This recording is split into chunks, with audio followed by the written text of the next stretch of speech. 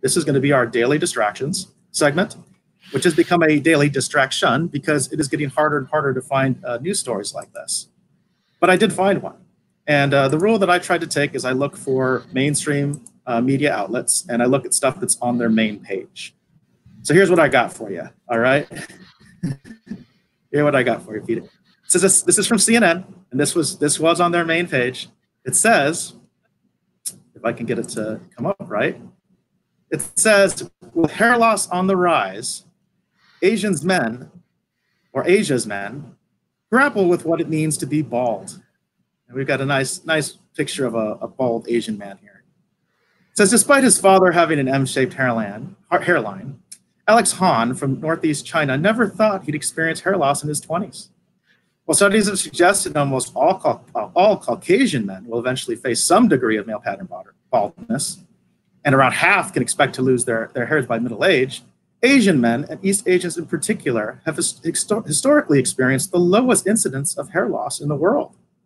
A 2010 study from 6 Chinese cities found that fewer than 3% of men aged 18 to 29, and just over 13 of those in their 30s experienced male pattern baldness. Earlier research from South Korea suggested that only 14.1% of the entire male population was affected, while Japanese men were found to develop male pattern baldness approximately a decade later than their European counterparts. Now, this article, I'm going to scroll slowly for you, it goes on and on and on. I got a little experiment there for regenerating hair.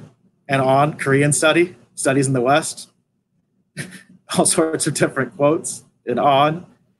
This poor bald guy. Do they ever explain why people are going bald all of a sudden? No.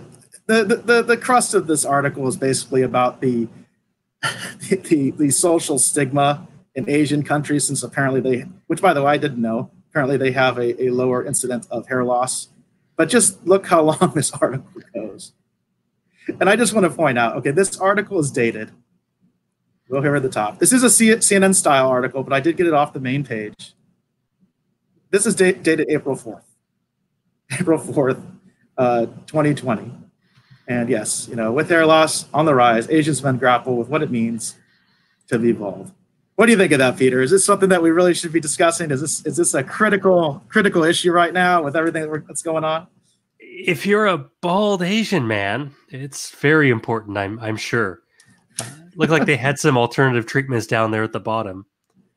Yeah. Whenever you see a picture of Buddha, he's always bald, so it seems like it can't be that much of a stigma. Well, the funny thing is, I seem to remember all sorts, obviously there's some stereotypes involved with things, but like, Kung Fu, things like that, they always have the monks are always bald. You know what I mean? Yeah. So I didn't realize that this was such a problem for Asian men that they tend to go, when they go bald, the few that do, I suppose. But I just found it really, really, really funny. And this is written by a gentleman called Oscar Holland. Apparently he is in the Hong Kong Bureau. And with everything going on, I just found it very, very funny that this is what he decided to talk about. Well, I don't know. Yeah. When Tilda Swinton became an Asian kung fu expert in that one movie, she was bald. So it seems like it's not nearly that uncommon. Yeah, there's the stereotype. Since we got commuters crowd the subway in Beijing, this is a July 2008 photo. Who knows what it looks like now? It says China has traditionally had some of the world's lowest rates of baldness. The changes to people's lifestyle are contributing to an increase in hair loss. I don't know. I think this is like hard news. I don't know. Maybe I shouldn't have put in the daily distractions. Maybe that should have been one of my news briefs. I think that's pretty significant with everything going on. Well, lucky them. Lower incidence of baldness.